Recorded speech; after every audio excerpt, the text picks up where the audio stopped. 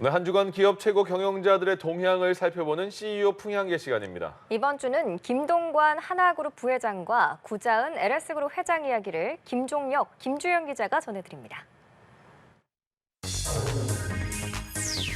이번 주는 김동관 하나그룹 부회장으로 시작합니다. 다보스 포럼에서 한화의 해양 탈탄소 비전을 공개했습니다. 우선 김 부회장은 해양 탈탄소 솔루션으로 100% 친환경 연료만 사용하고 전기 추진도 가능한 무탄소 추진 가스 운반선을 제시했습니다. 현재 선박의 내연기관은 친환경 연료를 사용하더라도 안정적 연소를 위해 약 10% 비율의 파일럿 오일이 필요한데요.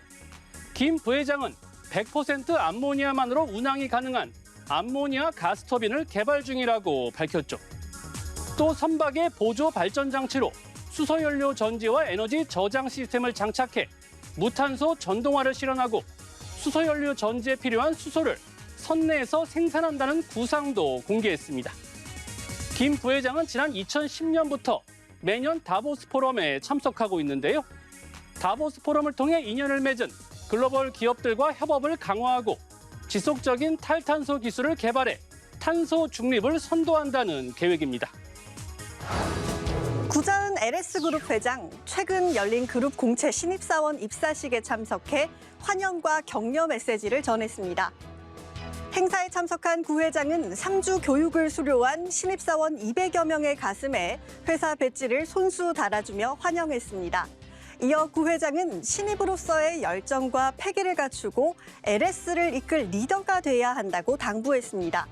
또 구 회장은 CNN 창립자 테드 터너의 말을 인용해 직접 리더가 돼 제대로 이끌든지 리더가 이끄는 방향으로 제대로 따르든지 해야 한다며 그룹 구성원으로서의 역할과 실행력도 강조했습니다. 한편 구 회장은 올해 승진한 신임 임원 17명을 이달 초 만나기도 했는데요. 김승호 스노우폭스 그룹 회장이 쓴 사장학개론, 외교 전문가 팀 마샬이 집필한 지리의 힘 등의 책을 선물했습니다. 그러면서 구 회장은 신입사원이 사회생활 밑그림을 그리는 단계라면 임원은 본인이 직접 완성해놓은 그림에 색칠을 해야 한다며 맡은 조직의 최고 경영자라는 마인드로 성과를 창출하는 리더가 돼달라고 당부했습니다. 신동빈 롯데그룹 회장, 2024년 상반기 사장단 회의를 열고 강력한 실행력을 주문했습니다. 매년 상하반기에 한 차례씩 열리는 롯데의 사장단 회의, 그룹 전반의 경영 상황을 점검하고 사업 방향성을 모색하는 자리인데요.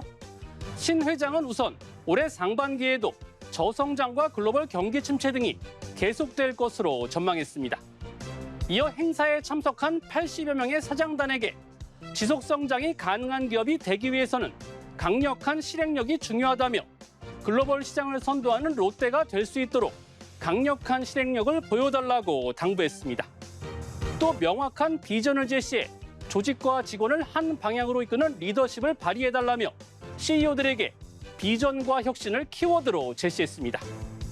신 회장은 지난해 9월 베트남에 문을 연 롯데몰 웨스트레이크 하노이를 성공 사업 모델로 꼽았는데요. 그러면서 성장 기회가 있는 국가라면 사업 진출 및 시장 확대를 적극적으로 검토하라고 강조했습니다.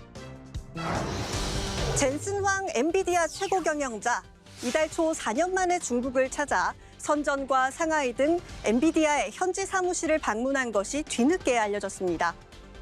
젠슨 황이 중국 전통 의상을 입고 직원들과 함께 춤을 추는 모습도 공개됐는데요. 젠슨 황의 중국 방문이 화제가 된 건 미국의 대중 반도체 수출 규제 수위가 극에 달한 시점에서 이뤄졌기 때문입니다. 엔비디아의 매출 중 중국 비중은 약 20% 수준으로 추산됩니다. 바이두, 알리바바 등 중국의 대형 테크 기업들은 엔비디아의 그래픽 처리 장치 기반 인공지능 반도체의 주요 고객사죠. 엔비디아는 미국의 규제에서 벗어나기 위해 기존 제품에서 성능을 대폭 낮춘 대체품을 중국에 공급해왔는데요. 하지만 미국은 지난해 10월 이들 제품에 대해서도 중국 수출을 금지했습니다. 결국 미국 수출 규제의 해법을 찾기 위해 중국을 방문한 걸로 보이는데요. 미국의 심기를 건드리지 않으면서 중국 시장을 지켜야 하는 젠슨 황의 고민, 마냥 남일 같진 않습니다. 삼성전자 반도체 부문 임원들은 올해 연봉을 동결했고 SK그룹은 주말 사장단 회의를 24년 만에 다시 열기로 했습니다. 그만큼 올해도 세계 경제 상황이 좋지 않다는 의미인데요. 철저한 대비가 필요해 보입니다. 지금까지 CEO 풍양기였습니다.